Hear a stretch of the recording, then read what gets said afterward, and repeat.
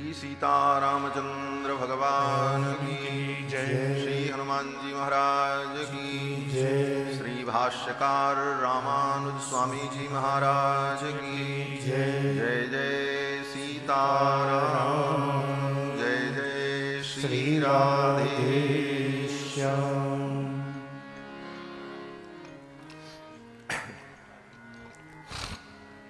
परमाध्यक्ष अनंत कोटि ब्रह्मांड नायक श्वेतर समस्त वस्तु विलक्षण सौशील्य वात्सल्य आदि अनंत गुण गंभीर कौशल्यानंद वर्धन भगवान श्री रघुनंदन,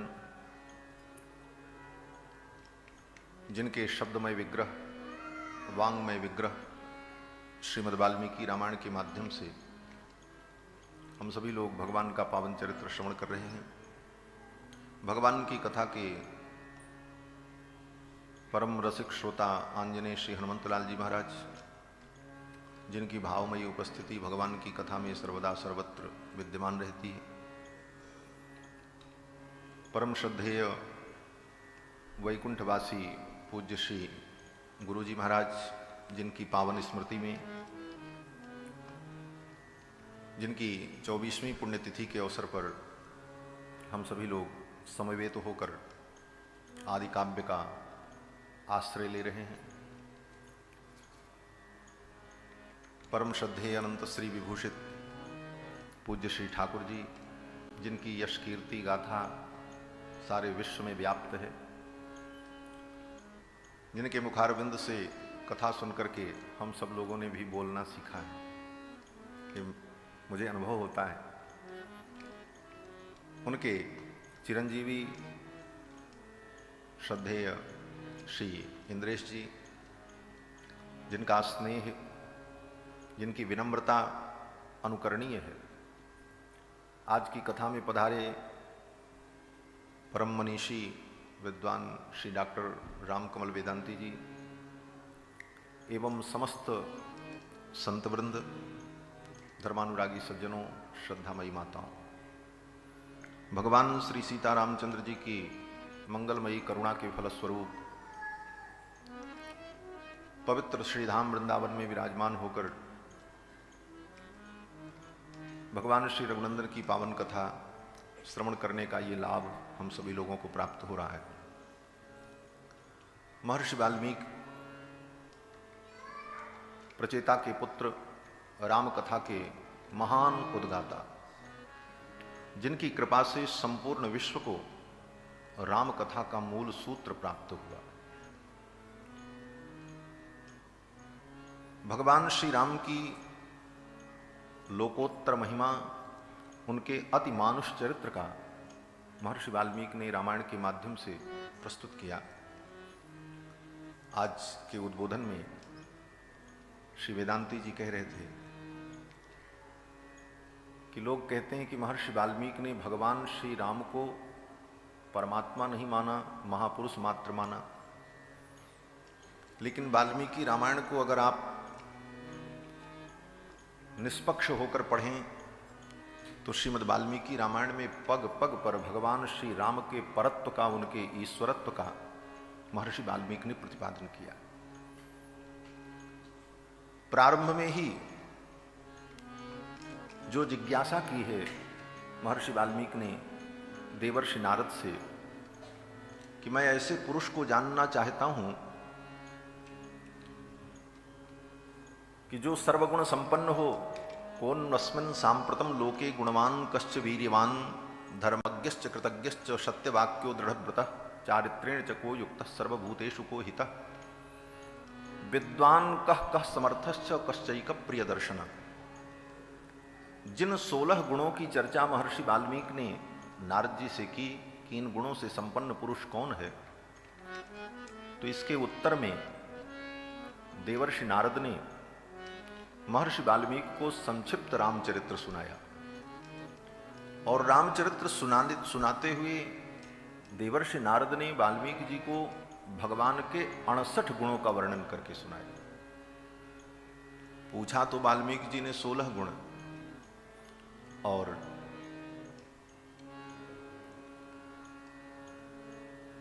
महर्षि ने सुनाया 68 गुण,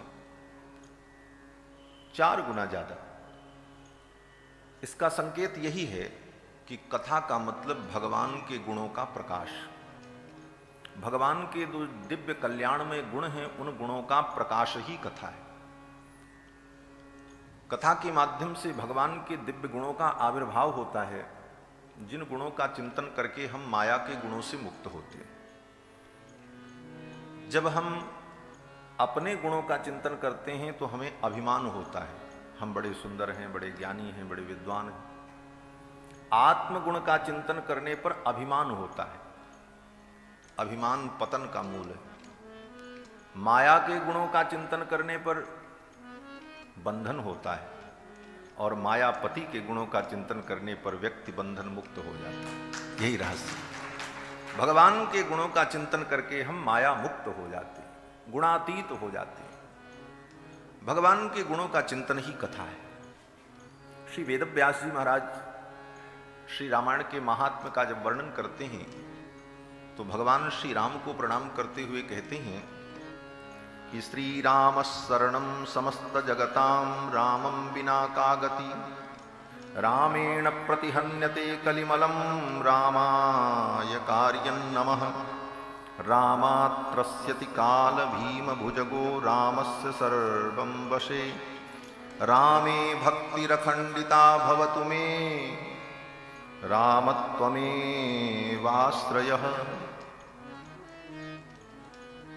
व्याकरण की 7 विभक्तियों का प्रयोग इस श्लोक में किया। हमारे पूज्य गुरुदेव भगवान जब पढ़ाते थे तो कहते थे व्याकरण भी विशिष्टाद्वैत वेदांत का प्रतिपादन करता है। कैसे? बड़े सुंदर ढंग से संक्षेप में केवल कहेंगे। देखो, संस्कृत व्याकरण में 3 लिंग हैं, स्त्रीलिंग, पुल्लिंग और नपुंसकलिंग। पुल्लिंग क्या है? बोले पुल्लिंग ही परमात्मा है, पुरुष एवेदम सर्वम यद भूतम यच्च भव्यम। स्त्रीलिंग बोले माया, और जीव बोले जीव का जिसके लिंग का निर्धारण न हो, कभी स्त्री भी बन जाए कभी पुरुष भी बन जाए, वही जीवात्मा, वो नपुंसकलिंग। तो तीनों तत्व ब्रह्म जीव माया, इसका प्रतिपादन करने वाले तीनों लिंग, स्त्रीलिंग, पुल्लिंग और नपुंसकलिंग। और क्रिया पक्ष में भी इसी प्रकार से फिर विभक्तियों का जब वर्णन करते हैं तो सर्वत्र कहते हैं, देखो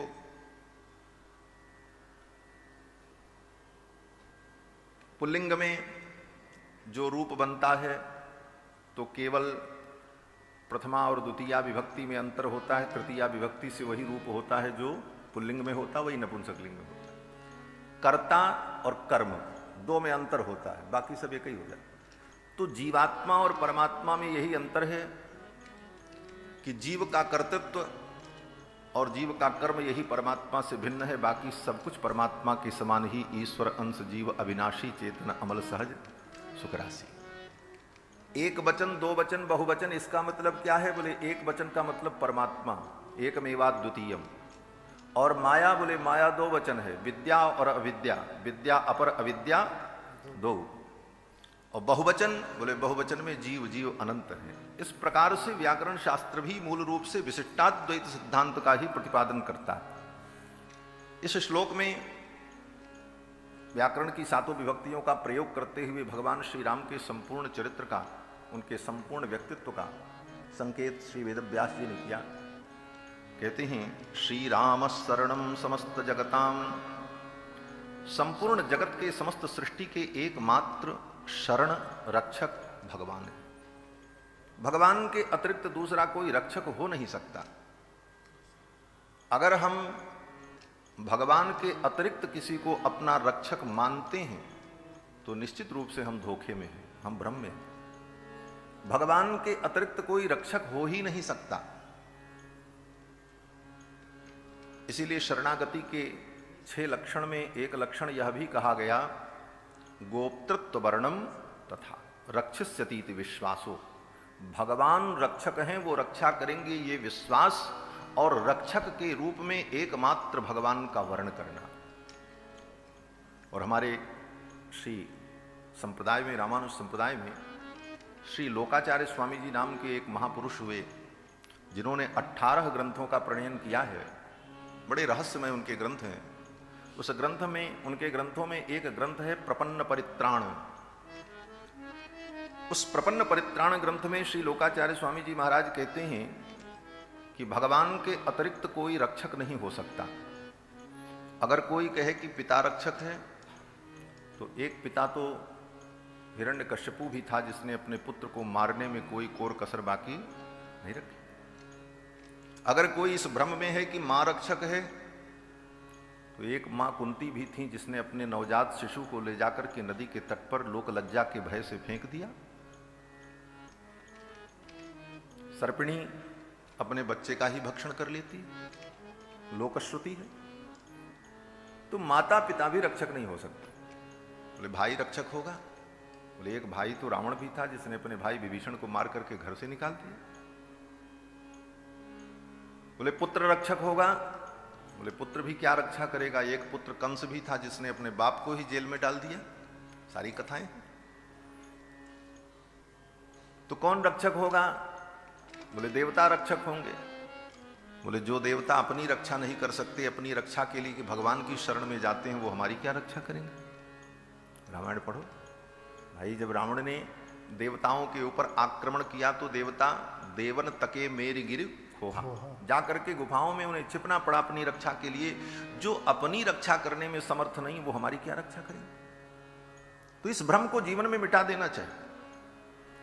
बोले तो देवों के भी देव जो हैं, वो मेरी रक्षा करेंगे? तो कहते हैं देवों के देव के ऊपर भी जब विपत्ति आई, बृकासुर भगवान शिव को भी भस्म करने के लिए चला, तो कोई उपाय जब नहीं था, तो अंत में भगवान ही सर्वोपाय विधीश्वर, समस्त उपाय को जानने वाले भगवान ने उनकी भी रक्षा की। ब्रह्मा जी रक्षा करेंगे? बोले ब्रह्मा जी जो अपने वेदों की रक्षा नहीं कर सके, उनके वेदों को दैत्य चुरा करके लेकर के चला गया।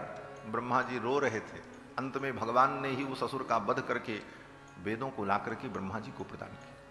इन सारी बातों को श्री यामुनाचार्य स्वामी जी महाराज आलवंदार स्तोत्र में कहते हैं, वेदापहार गुरुपातक दैत्य पीड़ा द्यापत विमोचन महिष्ठ फल प्रदान कौन्य प्रजापति पशुपति परिपातिकस्य।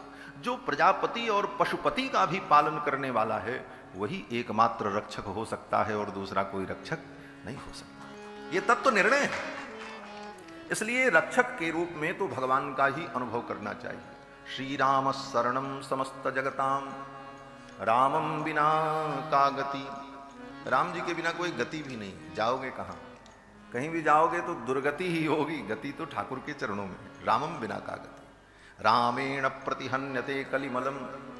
राम जी के चरणों का आश्रया तो जीवन के जो मल है, जो दोष है, कली का जो मल है, वो मिट जाएगा। हम निर्मल हो जाएंगे, विशुद्ध हो जाएंगे। किस प्रकार से? बोले भगवान की करुणा और वात्सल्य के द्वारा। जैसे बालक के शरीर में, बछड़े के शरीर में लगे हुए मल को गाय अपने जिह्वा से चाट करके उसे निर्मल बना देती है, उसी तरह परमात्मा अपनी कृपा के द्वारा अहम त्वा सर्व पापेभ्यो मोक्षयिष्यामि मा शुचः। इसलिए रामेण प्रतिहन्यते कलिमलम रामाय कार्यं नमः। इसलिए राम जी को ही प्रणाम करो। और हम कर भी क्या सकते हैं? भगवान को हम क्या दे सकते हैं? कुछ नहीं कर सकते। ठाकुर के लिए हम कुछ कर ही नहीं सकते, वो ही सब करते हैं। हम तो केवल इतना कर सकते हैं कि हम उनको प्रणाम कर सकते हैं। ठाकुर को हम प्रणाम कर लें, जब उनकी याद आवे तब उनको प्रणाम कर लें। ठाकुर तुम्हारे चरणों में वंदन। रामाय कार्यं नमः। और यही वेद भगवान भी कहते हैं, अग्ने नय सुपथाराये अस्मान देव वयुनान विद्वान जुयोद्यसमत जुहुराण मेनो भूयिष्ठाम ते नम उक्तिम विधेम। नम उक्तिम विधेम। वेद कहता है, हे परमात्मन, मैं आपको केवल नमस्कार कर सकता।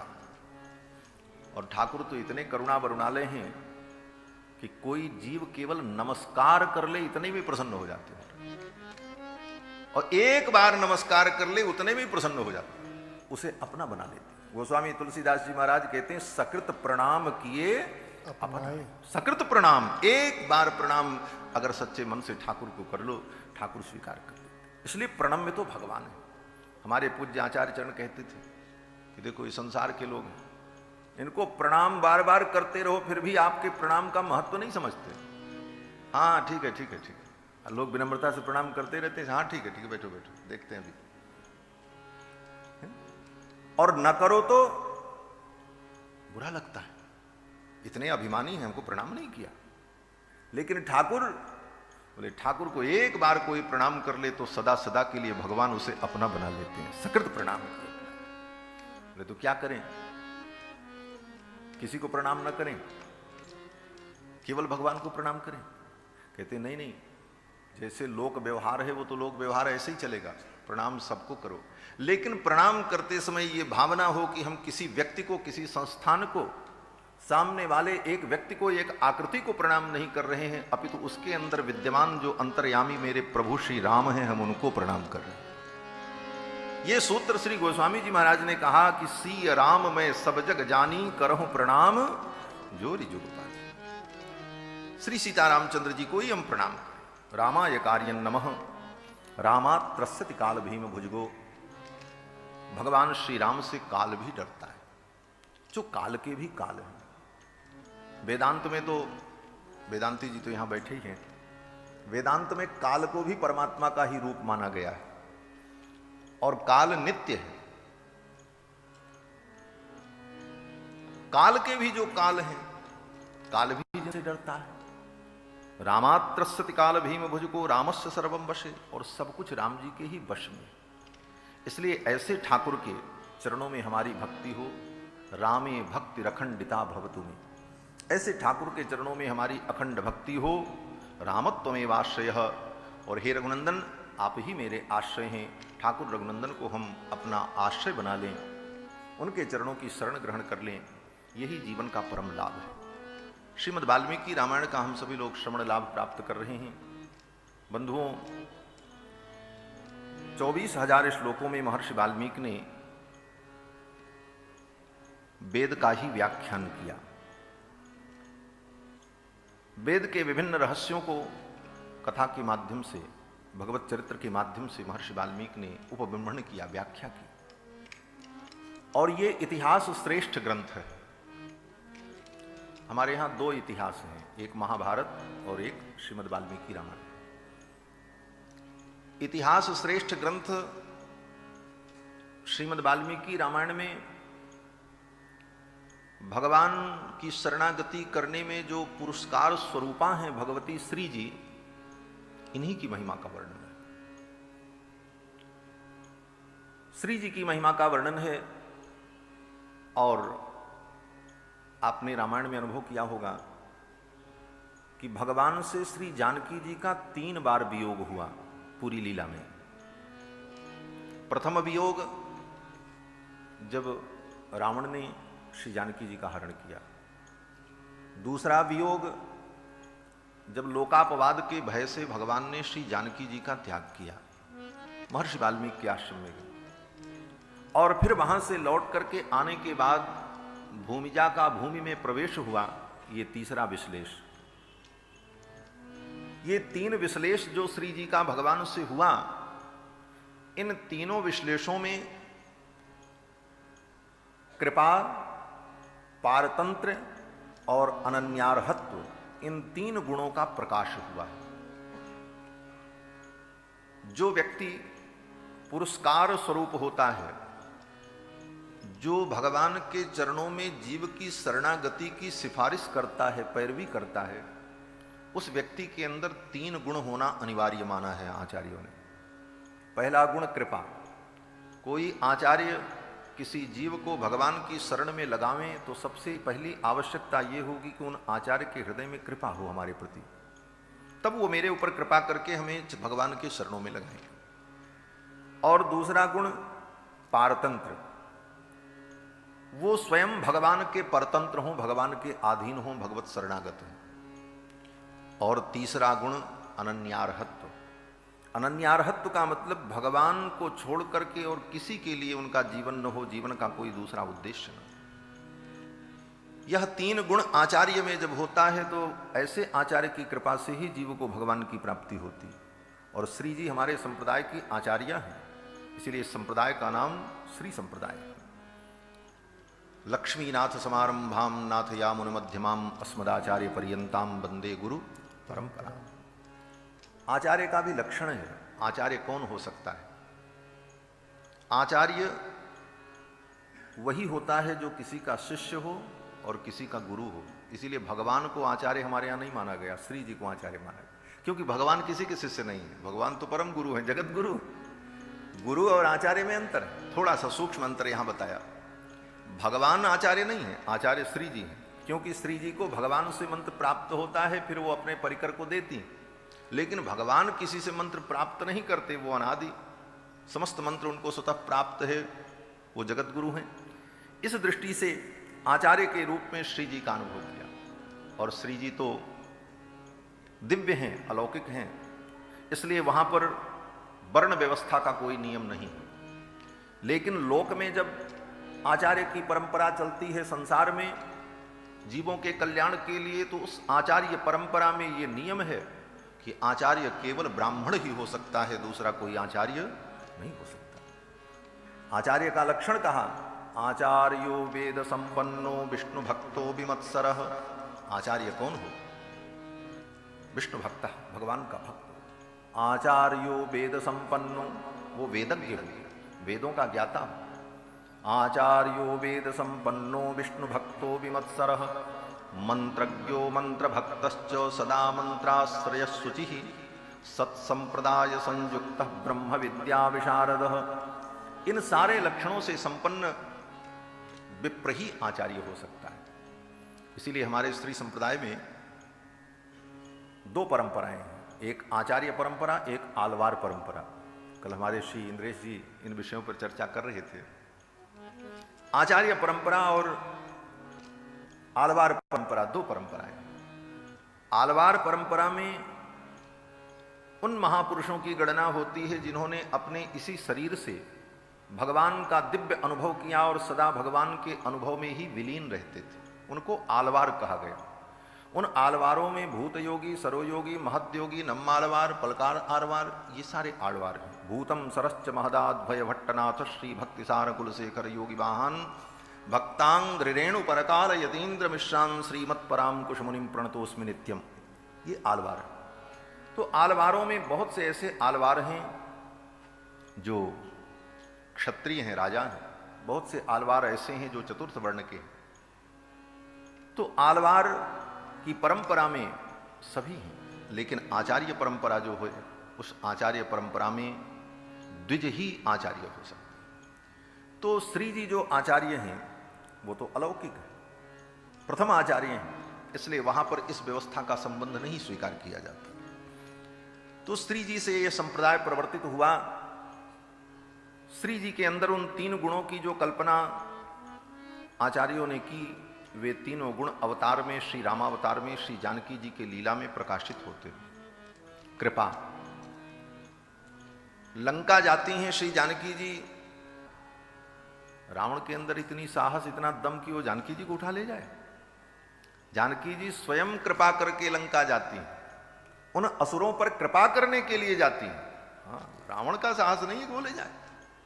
तो जानकी जी तो स्वयं कहती हैं, नत्वां कूर्मि दशग्रीव भस्म भस्मार हतेजसा। तो लंका में रावण ने कहा, मेरी बात मान लो अन्यथा मैं तुम्हारा वध कर दूंगा। तो जानकी जी ने कहा, लंकेश तुम क्या समझते हो, मैं चाहूं तो तुमको अभी भस्म कर सकती हूं। जानकी जी ने कहा, लेकिन मैं तुमको भस्म नहीं करूंगी। नत्वाम कूर्मि दशग्रीव भस्म भस्म कर दूं, वो सामर्थ्य है भगवती श्री जानकी का। गोस्वामी जी महाराज कहते हैं, उद्भव स्थित संहार कारिणीम क्लेशहारिणीम सर्वश्रेयस्करीम सीताम नतो हम राम वल्लभाम। वो राम वल्लभा है, रावण उनको ले जा सकता। कहते हैं तो क्यों गई? बोले श्री जानकी जी जानती हैं कि ये लंका के असुर तमोगुणी हैं, ये भगवान की शरण में आएंगे नहीं अपने अभिमान के कारण, और जा नहीं सकते, ठाकुर इनके पास जा नहीं सकते। तो इन जीवों का भगवान के द्वारा कल्याण कैसे होगा, ये तो वंचित रह जाएंगे। इसलिए उन जीवों का किसी भी प्रकार से कल्याण हो, इस दृष्टि से श्री जानकी जी का लंका गमन होता है, ये कृपा। और वहां भी जाकर के कितनी कृपा करती हैं श्री जानकी। रावण तो उनका हरण करके ले जाता है, लेकिन जानकी जी कहती हैं, रावण तुम प्रभु की शरणागति कर लो, गुरु का यही धर्म है, गुरु शिष्य को उपदेश देता है, तुम अपने तमोगुण को छोड़ करके, दुर्गुणों को छोड़ करके प्रभु की शरण में आ जाओ। जानकी जी रावण से कहती हैं, रावण को उपदेश देती हैं, कहती हैं लंकेश तुम श्री रघुनंदन की शरणागति कर लो, तेन मैत्री भवतु ते यदि जीवितुम इच्छसि, अगर तुम जीवित रहना चाहते हो तो मेरे प्रभु से मैत्री कर लो। मैत्री का मतलब मित्रता, ये तो अर्थ है ही, लेकिन मैत्री का अर्थ हमारे आचार्यों ने यही किया, मैत्री माने शरणागति, क्योंकि जीव भगवान का सनातन मित्र है। द्वास उपर्णा सयुजा सखाया समानम वृक्षम परिसस्व जाते, श्रुति कहती, वेद कहता है। तो इस दृष्टि से विचार करके आचार्यों ने चिंतन किया कि श्री जी रावण को भी उपदेश करती हैं और कहती हैं, रावण तुम्हारी दुर्बुद्धि इसीलिए है कि तुमने सत्संग नहीं किया। लंका में जाकर के रावण को सत्संग सुनाती हैं जानकी जी। जानकी जी कहती हैं, इह संतो न वा संति सतो वा नानुवर्तसे। जानकी जी कहती, इह संतो न वा संति, तुम्हारी लंका में कोई संत नहीं है। तो कहते नहीं, लंका में तो संत हैं, विभीषण जी हैं। तो फिर जानकी जी कहती, तुम्हारी लंका में संत तो हैं, लेकिन तुमने उन संतों का अनुवर्तन नहीं किया, उनका संग नहीं किया। यह संतो न वासंती सतो वानानुवर्तसे, इसीलिए तुम्हारी बुद्धि बुद्धिराचार वर्जिता, तुम्हारी बुद्धि आचार वर्जित है, इसलिए मैं तुमको उपदेश देने आई हूं। जानकी जी कहती हैं, तुम प्रभु की शरणागति कर लो, तेन मैत्री भवतु ते यदि जीवितमिच्छसि। ऐसी कृपा किसके अंदर हो, ये कृपामयी भगवती जानकी हैं। इसलिए हमारे आचार्यों ने कहा कि आचार्य भी दो प्रकार के होते हैं। एक आचार्य वो जो कृपा मात्रैक प्रसन्नाचार्य, जो कृपा मात्र से प्रसन्न होकर जीव को उपदेश करें, और दूसरे आचार्य बोले अनुवृत्ति प्रसन्नाचार्य, जो सेवा करने पर प्रसन्न होकर के उपदेश दें। दो प्रकार के आचार्यों का वर्णन किया, अनुवृत्ति प्रसन्नाचार्य और कृपा मात्रैक प्रसन्नाचार्य। तो अनुवृत्ति प्रसन्नाचार्य वो होते हैं कि शिष्य सेवा करे, द्रव्य दक्षिणा प्रदान करे और बार बार उनकी शरणागति करता रहे, तो वो प्रसन्न होकर के तब उपदेश करें, तो वो अनुवृत्ति प्रसन्नाचार्य। और कृपा मात्रैक प्रसन्नाचार्य जो अपने हृदय की कृपा से बिना किसी कारण के दुर्दांत जीवों को भी, पतित जीवों को भी उपदेश देकर के भगवान की शरण में लगाने का प्रयास करें, ऐसे आचार्य कृपा मात्रैक प्रसन्नाचार्य होते हैं। तो श्री जानकी जी महाराज स्वयं कृपा करके लंका पधारती हैं रावण को उपदेश करने के। तो प्रथम विश्लेष में जानकी जी के कृपा गुण का प्रकाश हुआ, और दूसरा विश्लेष जब हुआ, भगवान ने जानकी जी को वाल्मीकि महर्षि के यहां भेज दिया, बोले वहां पर पारतंत्र गुण का प्रकाश हुआ। पारतंत्र क्या है? बोले हम सदा भगवान के परतंत्र हैं, हम कभी स्वतंत्र नहीं हो सकते। कितने परतंत्र हैं? श्री जानकी जी जब महर्षि वाल्मीकि के आश्रम जाती हैं तो भगवान के वियोग में दुखी होकर गंगा में कूद करके अपनी जीवन लीला को समाप्त कर देना चाहती हैं, लेकिन उसी क्षण उनके हृदय में यह भाव आता है कि मैं स्वतंत्र नहीं हूं, मैं परतंत्र हूं, मैं भगवान के अधीन हूं, मुझे मरने का भी अधिकार नहीं। जीवात्मा को अपने से अपनी हत्या भी करने का अधिकार नहीं, इसीलिए आत्महत्या को पाप माना गया, क्योंकि हम भगवान के परतंत्र हैं। जीवन उन्होंने दिया है, वही समाप्त करेंगे तो समाप्त होगा, हम स्वयं समाप्त कर लें तो ये भगवान के प्रति अपराध बन जाएगा। इसलिए जानकी जी अनुभव करती हैं कि मैं स्वतंत्र नहीं हूं, मैं तो परतंत्र हूं। अनन्या राघवेणाहम भास्करेण प्रभा यथा, मैं तो भगवान के अधीन हूं, मुझे अपने जीवन को समाप्त करने का अधिकार नहीं है, और मेरे गर्भ में रघुकुल का बालक है। अगर मैंने अपने जीवन का त्याग कर दिया तो ये बालक गर्भ भी समाप्त हो जाएगा, और ये गर्भ समाप्त हो गया तो मेरे स्वामी रघुनंदन एक पत्नी व्रत हैं, वो दूसरा विवाह भी नहीं करेंगे, रघुवंश की पवित्र परंपरा लुप्त हो जाएगी। इसलिए हमें मरने की स्वतंत्रता नहीं है, मैं तो उनके अधीन हूं। किसी भी प्रकार अपने जीवन की रक्षा करके इस गर्भस्थ बालक को जन्म देकर उसे पाल पोस कर उनकी गोद में मैं समर्पित कर दूं, तब मेरा दायित्व पूर्ण होगा। इस परतंत्रता का अनुभव करते हुए श्री जानकी जी ने अपने जीवन को धारण किया। ये पारतंत्र गुण और अनन्यार्हत्व था। उस अश्वमेध यज्ञ में महर्षि वाल्मीकि जानकी जी को लेकर के आए और महर्षि वाल्मीकि ने कहा, रघुनंदन, आपकी ये जानकी, आपकी ये सीता परम पवित्र हैं, आप इनमें संदेह मत करो। कितनी पवित्र हैं? कहते हैं पार्वती से भी ज्यादा पवित्र है। पार्वत्याधिक्य शुद्धात्मा प्रियाते प्राण वल्लभा। पार्वत्याधिक्य शुद्धात्मा, पार्वती से भी अधिक शुद्धात्मा होने का क्या तात्पर्य? पार्वती भगवती गौरी, जिनके आराधन से स्त्रियां पातिव्रत के धर्म को धारण करती हैं, उनसे भी ज्यादा शुद्ध कहने का क्या भाव? बोले भाव यह है कि पार्वती तो पूर्व जन्म में जब सती थी तो उन्होंने पर पत्नी बनने का अभिनय किया, लेकिन सीता तो कभी ऐसी कामना भी नहीं कर सकती। सोच नहीं सकती। रामायण में आपने पढ़ा होगा कि पार्वती पूर्व जन्म में जब सती थी तो उन्होंने सीता जी का रूप धारण किया, पर पत्नी का अभिनय किया, लेकिन श्री जानकी जी के मन में ऐसी भावना भी कभी नहीं आ सकती। इसलिए कहते हैं पार्वत्याधिक्य शुद्धात्मा प्रियाते प्राण वल्लभा।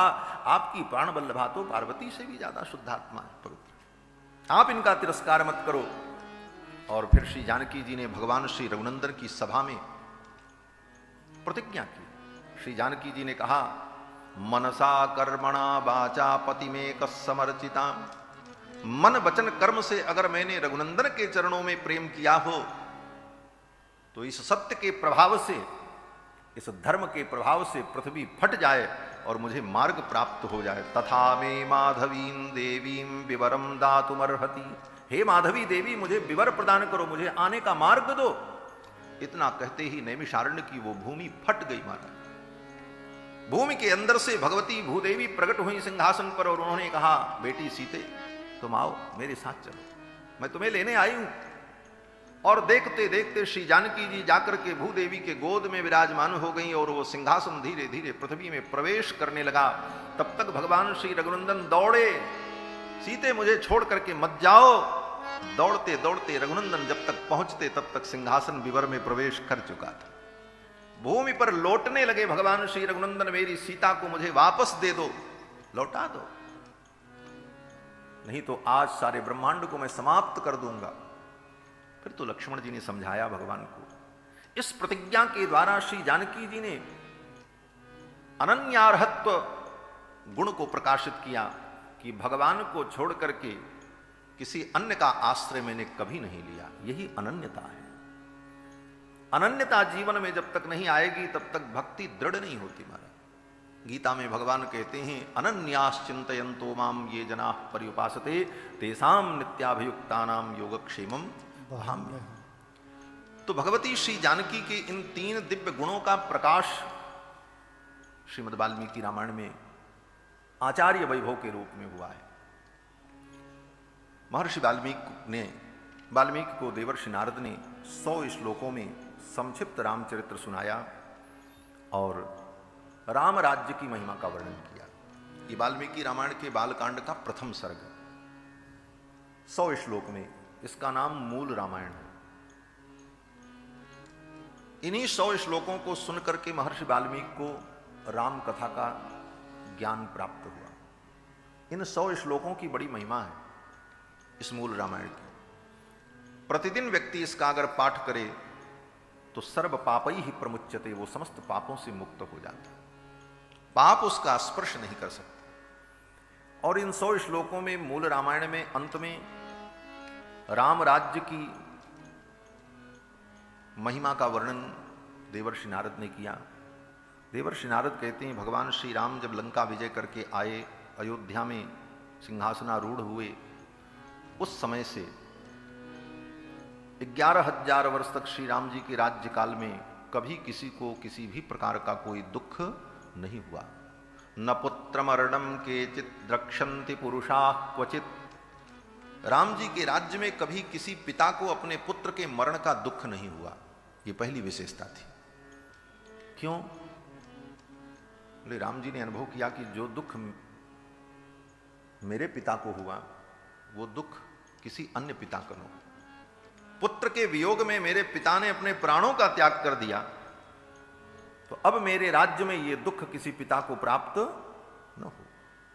इसलिए कभी भी राम जी के राज्य में किसी व्यक्ति को अपने पुत्र का वियोग नहीं हुआ। न पुत्र मरणम केचित द्रक्षन्ति पुरुषाः क्वचित नार्यश्चा विधवा नित्यम भविष्यन्ति पतिव्रताः। राम जी के राज्य में 11,000 वर्ष तक कोई स्त्री कभी विधवा नहीं हुई। राम जी ने विचार किया, मेरी माताएं वैधव्य को प्राप्त हो गई। स्त्री के जीवन में वैधव्य से बड़ा दुख कुछ नहीं होता।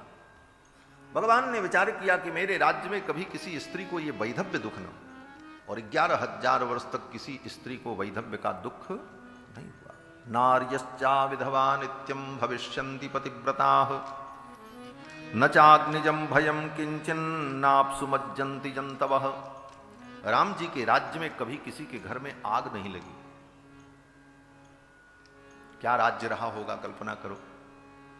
आज कितनी भी बड़ी व्यवस्था सरकारें कर दें, बड़े बड़े दमकल, फायर ब्रिगेड, सारी व्यवस्था हो, लेकिन जब आग लगती है तो सारी व्यवस्थाएं फेल हो जाती। लेकिन राम जी के राज्य की यह विशेषता कि कभी राम जी के राज्य में आग लगी ही नहीं, इसलिए ऐसी कोई व्यवस्था की आवश्यकता ही नहीं पड़ी। न चाग्निजम भयम किंचन नाप्सु मज्जन्ति जंतवः। राम जी के राज्य में 11,000 वर्षों में कभी कोई व्यक्ति जल में डूब करके नहीं मरा। छोटे छोटे बालक भी सरयू जी में कूद जाएं और पूरी सरयू में घूम करके चले आएं, जल में डूबने का भय नहीं होता। नाप्सु मज्जन्ति जंतवः न बातजम भयम किंचन। राम जी के राज्य में कभी कोई आंधी तूफान नहीं आया, किसी प्रकार का भौतिक उत्पात नहीं हुआ। नापि ज्वर कृतम तथा। राम जी के राज्य में 11,000 वर्ष तक कभी किसी को कोई बीमारी भी नहीं हुई।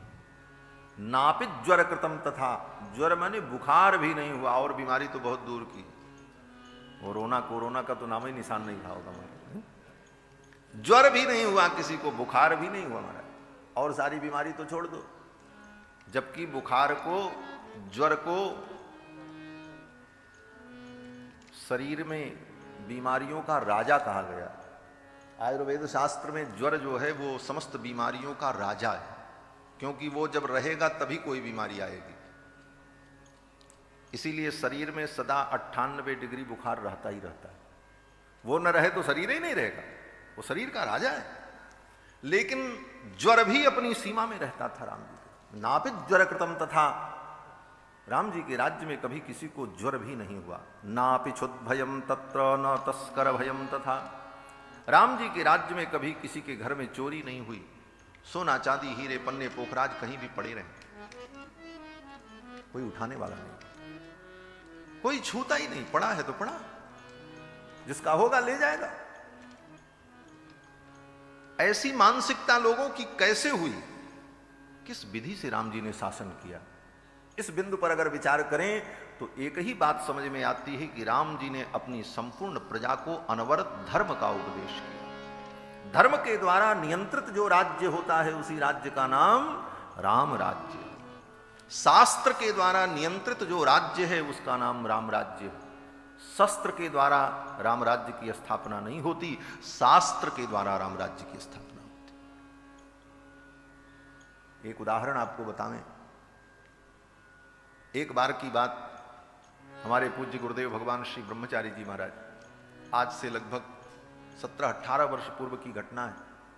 रामनवमी का दिन था, अयोध्या में ही राम जन्म महोत्सव था। सुबह में सरजू जी के तट पर बड़ी भीड़ होती है स्नान की, इसलिए गुरुजी ने कहा शाम को चलेंगे। शाम को गुरुजी सरयू स्नान के लिए चले, साथ में हमको लिया। वे साथ में चलो, कोई न कोई जाता था साथ में। स्नान करके उधर से जब हम लोग लौटने लगे, घड़े में सरयू जल मैं लिए था अपने हाथ में। आगे आगे गुरुजी चल रहे थे, पीछे पीछे मैं था। रास्ते में वो जो नया घाट अयोध्या में है, पुल से पूर्व, वहीं पर सीढ़ी पर एक घड़ी पड़ी थी किसी की। गुरुजी निकल गए, मेरी दृष्टि पड़ी तो हमने कहा गुरुजी ये किसी की घड़ी पड़ी है। तो गुरुजी लौटे, देखा गुरुजी ने, तो गुरुजी ने कहा जिसकी होगी रहने दो, चलो, जिसकी होगी वो ले जाएगा। और चल पड़े, उनके पीछे पीछे मैं भी चल पड़ा। थोड़ी दूर जाने पर गुरुजी ने कहा कि अगर वो घड़ी को उठा लेते हम लोग तो चोरी का ही पाप लगता, किसी अन्य की वस्तु को बिना उसकी अनुमति के ले लेना, यही तो चौरी है, इसी को तो चोरी कहते हैं। बिना अनुमति के किसी के वृक्ष से एक पत्ता भी अगर हम तोड़ते हैं तो ये चोरी के ही अंतर्गत आता है। योग में जब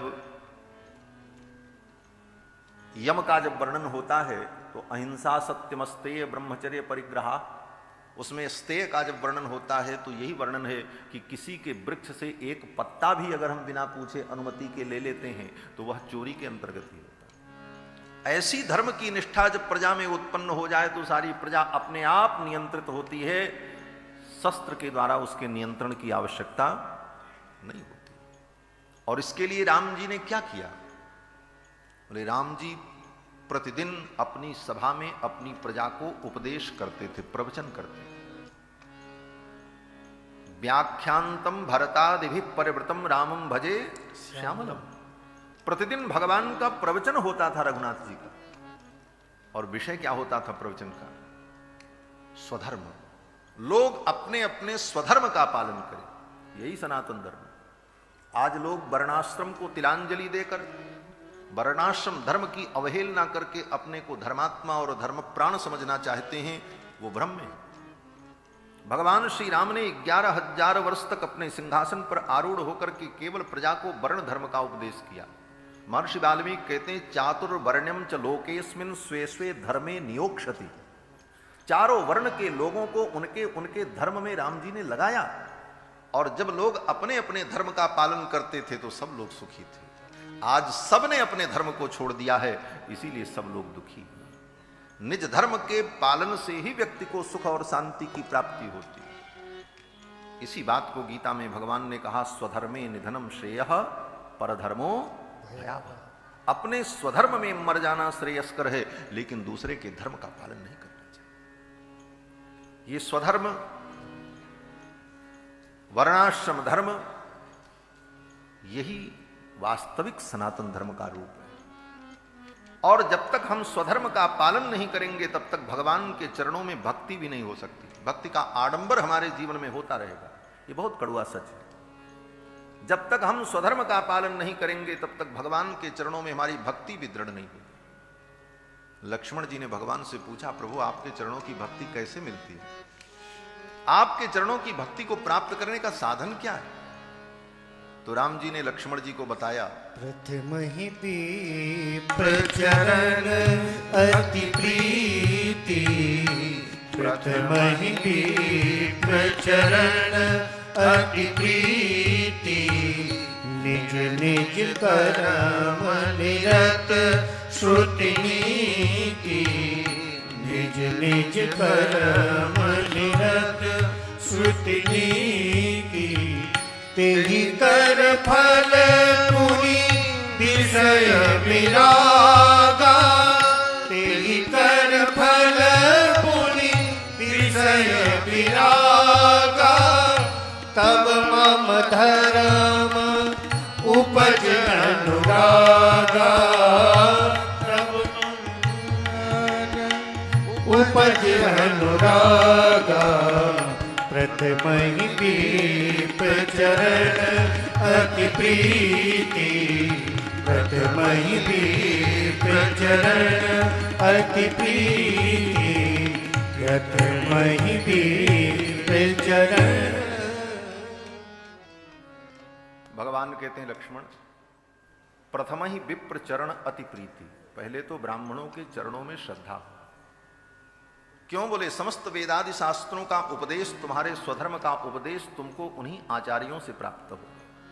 प्रथम ही विप्रचरण, और फिर उनसे उपदेश प्राप्त करके बोले निज निज कर्म निरत श्रुति नीति। अपने अपने कर्म में, अपने अपने स्वधर्म में व्यक्ति निरत हो जाए, तब इसका फल क्या होगा?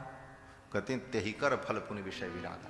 तब विषयों से वैराग्य होगा, तभी विषयों से वैराग्य होगा। तेहि कर फल पुनि विषय विरागा, तब मम धर्म उपज अनुरागा।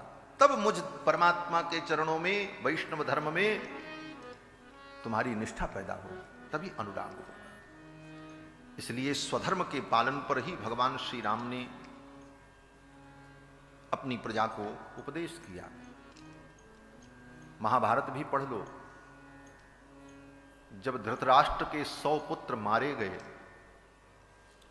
पुत्र के मोह में धृतराष्ट्र रो रहे थे। मंत्रियों ने कहा, लोगों ने कहा, महाराज मोह की निवृत्ति के लिए ज्ञानोपदेश सुनना चाहिए। आप ज्ञानोपदेश श्रवण करेंगे तो आपका मोह नष्ट हो जाएगा। लेकिन कौन ज्ञानोपदेश सुनाएगा? किससे मैं ज्ञानोपदेश सुनूं? तो किसी ने कहा, श्री विदुर जी महाराज परम ज्ञानी हैं, उनसे आप ज्ञानोपदेश सुनो। तो धृतराष्ट्र ने विदुर जी से कहा, हे विदुर, तुम ब्रह्मज्ञानी हो, तत्वज्ञ हो, तुम मुझे उपदेश करो, मेरा मोह नष्ट हो जाए। तो विदुर जी ने प्रणाम कर लिया धृतराष्ट्र को, कहा मैं आपको उपदेश नहीं कर सकता। क्यों? विदुर जी ने कहा, मैं आपको उपदेश नहीं कर सकता क्योंकि मैं उपदेश देने का अधिकारी नहीं। क्यों अधिकारी नहीं? तो विदुर जी ने कहा, शूद्र योन्यावहम जातम ब्रह्मम नोपदिशामि ते। मैं आपको ब्रह्म तत्व का उपदेश करने का अधिकारी नहीं। ब्रह्म ज्ञान मुझे है, लेकिन यह ज्ञान मेरे कल्याण के लिए है। मैं दूसरे को उपदेश देकर के कल्याण करूं, यह अधिकार मेरा नहीं। इसके लिए तो आप किसी महर्षि का आवाहन करें। तब धृतराष्ट्र ने सनत कुमार का आवाहन किया और सनत सुजात आए और उन्होंने उपदेश दिया। उनके उपदेश से धृतराष्ट्र का जो है मोह नष्ट हुआ। कहने का भाव कि इस प्रकार अपने स्वधर्म की निष्ठा व्यक्ति को ब्रह्मज्ञानी बनाती है, तत्वज्ञ बनाती है, तत्व की निष्ठा को दृढ़ करती है। तब भगवान के चरणों की विशुद्ध भक्ति उत्पन्न होती है, अन्यथा जीवन में हम भक्ति का केवल आडंबर ही करते रह जाते हैं। ये कटु सत्य है। बंधुओं, भगवान श्री राम ने 11,000 वर्ष तक अयोध्या में रहकर अपनी प्रजा को केवल स्वधर्म का उपदेश किया। चातुर्वर्ण्यम च लोके अस्मिन् स्वे स्वे धर्मे निवोक्ष्यते। 100 श्लोकों में देवर्षि नारद ने महर्षि वाल्मीकि को रामायण सुनाई। नारद जी विदा हो गए। नारद जी के चले जाने के बाद महर्षि वाल्मीकि ने अपने शिष्य भरद्वाज जी से कहा, चलो स्नान करने के लिए चलते हैं। मध्याह्न संध्या करने के लिए, स्नान करने के लिए तमसा नदी के तट पर महर्षि वाल्मीकि जाते हैं। ये तमसा नदी अयोध्या से दक्षिण दिशा में 3 योजन की दूरी पर नंदिग्राम से आगे प्रवाहित होती है। नंदिग्राम के बगल में ही तमसा नाम की नदी। श्री गोविंदराज स्वामी जी ने अपनी टीका में लिखा है कि ऐसे तो महर्षि वाल्मीकि गंगा के तट पर रहते थे, उनका आश्रम गंगा के तट पर था, और कुछ दिन चित्रकूट में भी रहे। लेकिन भगवान श्री राम जब अयोध्या के सिंहासन पर आरूढ़ हुए तो अयोध्या के सन्निकट ही आकर के तमसा नदी के तट पर महर्षि वाल्मीकि निवास करने लगे। वहां पर उन्होंने अपने आश्रम को स्थापित कर लिया। तमसा नदी के तट पर स्नान करने के लिए जाते हैं। जगाम तमसा तीरम जाह्नव्यास्त्वविदूरतः। जगाम तमसा तीरम, तमसा के तट पर स्नान करने के लिए महर्षि वाल्मीकि पहुंचे। तमसा के तट को देखकर महर्षि वाल्मीकि ने कहा, भरद्वाज, ये स्थान बड़ा सुंदर है, यहां जल निर्मल है, यहीं हम लोग स्नान करते हैं। स्नान करने के लिए बलकल वस्त्र इत्यादि रखा। तब तक वहीं तमसा के तट पर एक घटना घटित हुई। क्रौंच पक्षी का जोड़ा विहरण कर रहा था।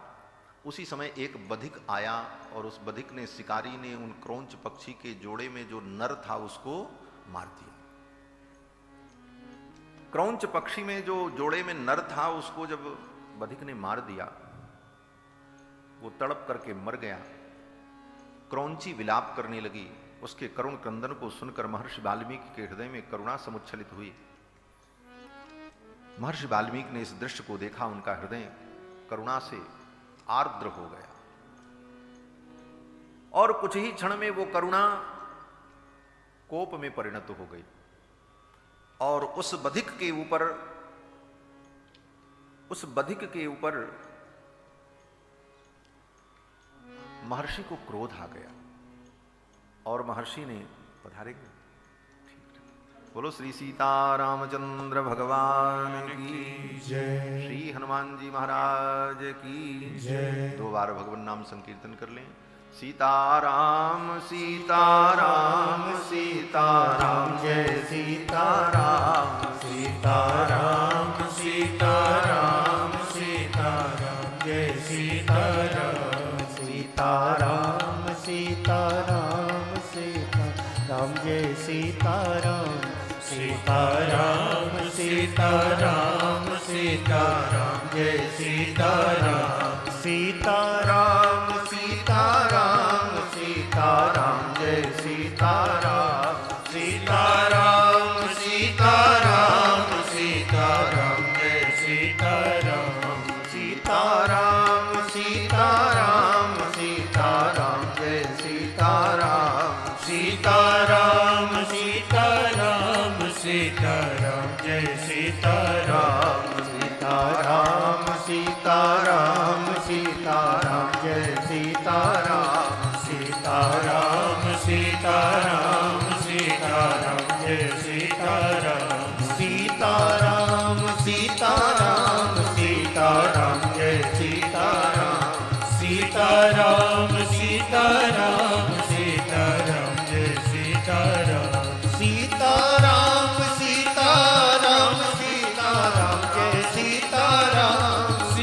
सीताराम सीताराम सीताराम जय सीताराम। सीताराम सीताराम सीताराम जय सीताराम। सीताराम सीताराम सीताराम जय सीताराम। सीताराम सीताराम सीताराम जय सीताराम। सीताराम सीताराम सीताराम जय सीताराम। सीताराम सीताराम सीताराम जय सीताराम। सीताराम सीताराम सीताराम जय सीताराम। सीताराम जय सीताराम। सीताराम जय सीताराम। श्री सीतारामचंद्र भगवान की जय। उस बधिक को देखकर महर्षि वाल्मीकि के हृदय में करुणा क्रोध में परिणत हो गई और महर्षि वाल्मीकि ने उस बधिक को, निषाद को शाप दे दिया। क्रोध में जब व्यक्ति कुछ कहता है तो स्वाभाविक है कि उसके मुख से गद्य में ही कोई बात होगी। क्रोध में कोई कविता सुनाता हो ऐसा तो हमने कभी नहीं देखा। हाँ, ये जरूर है कि प्रेम में, प्रसन्नता में कविता प्रकट होती है। कहते हैं ना कि जिसके हृदय में प्रेम होगा प्रेम ही कविता बन जाती। हर दिल जो प्यार करेगा वो गाना गाएगा। प्रेम होगा तो कविता निकलेगी, लेकिन क्रोध में कविता निकले, ये तो बड़ी विलक्षण बात है। क्रोध में महर्षि वाल्मीकि के मुख से कविता प्रस्फुरित हो गई। शाप दिया तो गद्य में नहीं, पद्य में, अनुष्टुप छंद के 24 अक्षर में लयबद्ध शाप। आपने देखा हो कितना भी कोई व्यक्ति सरस हो, लेकिन क्रोध में जब बोलेगा तो लय और ताल में थोड़ी बोलता। लय ताल में संगीतबद्ध हो करके कोई कविता और पंक्ति कोई क्रोध में नहीं बोलता। लेकिन महर्षि वाल्मीकि के उस शाप में भी ऐसी दिव्य पंक्ति प्रकट हुई। मानषाद प्रतिष्ठाम त्वम अगम शाश्वती समाह यत्रौंच मिथुनादेकम अवधि काम मोहितम। ये श्लोक प्रकट हुआ। यह प्रथम श्लोक ही विश्व का प्रथम श्लोक है। महर्षि वाल्मीकि के मुख से पहली कविता प्रकट हुई है। मां निषाद प्रतिष्ठाम तम अगम शाश्वती समा यत क्रौंच मिथुनादेकम अवधि काम मोहितम। शाप दे दिया, मां निषाद प्रतिष्ठाम तम अगम। हे निषाद, तुमको कभी प्रतिष्ठा प्राप्त नहीं होगी, तुम्हें कभी शांति नहीं मिलेगी, क्योंकि तुमने यत क्रौंच मिथुनाद एकम अवधि, तुमने इन क्रौंच मिथुन के इस जोड़े के एक को, क्रौंच को तुमने मारा है, तुम्हें कभी शांति नहीं मिलेगी। ये शाप दिया महर्षि वाल्मीकि ने उस निषाद को। श्लोकबद्ध। ये प्रथम कविता। कहते हैं काव्य की उत्पत्ति तो लोक मंगल के लिए होती है। काव्य की उत्पत्ति लोक मंगल के लिए होती है, लेकिन यहां तो शाप के लिए प्रथम काव्य प्रकट हो रहा है। काव्य का प्रयोजन क्या है? बाद के विद्वानों ने काव्य के प्रयोजन पर भी विचार किया है। आचार्य मम्मट ने अपने काव्य प्रकाश ग्रंथ में काव्य के प्रयोजन का जब वर्णन करते हैं तो कहते हैं काव्यम यशसेर्थकृते शिवेतरक्षतये। काव्यम यशसे, काव्य का पहला प्रयोजन होता है यश की प्राप्ति। बड़े बड़े विद्वान काव्य की रचना करते हैं इसलिए कि दुनिया में मेरा नाम हो, यश कीर्ति मिले। काव्यम यशसे अर्थकृते। बड़े बड़े राजाओं के दरबार में पंडित लोग, विद्वान लोग रचना करते थे कि इसके बदले में हमको दक्षिणा मिलेगी, राजा दक्षिणा देगा। धन के लिए भी काव्य की रचना हो। अर्थकृते शिवेतरक्षतये, अपने पाप का प्रायश्चित करने के लिए भी काव्य की रचना होती है। जैसे हमसे कोई पाप बन गया तो हम कोई काव्य की रचना करें, धर्म में काव्य का वर्णन करें, तो उस पुण्य से हमारे पाप भी नष्ट हो जाएंगे।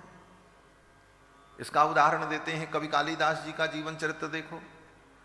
महान कवि श्री कालिदास जी ने कुमार संभवम काव्य की जब रचना की तो कुमार संभवम में भगवती पार्वती और भगवान शंकर की रति क्रीड़ा का उन्होंने जब वर्णन किया तो पार्वती जी को अच्छा नहीं लगा।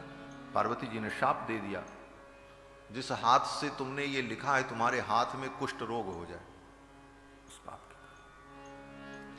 तब कालिदास जी ने विचार किया कि अब इस पाप के नाश के लिए हम क्या करें।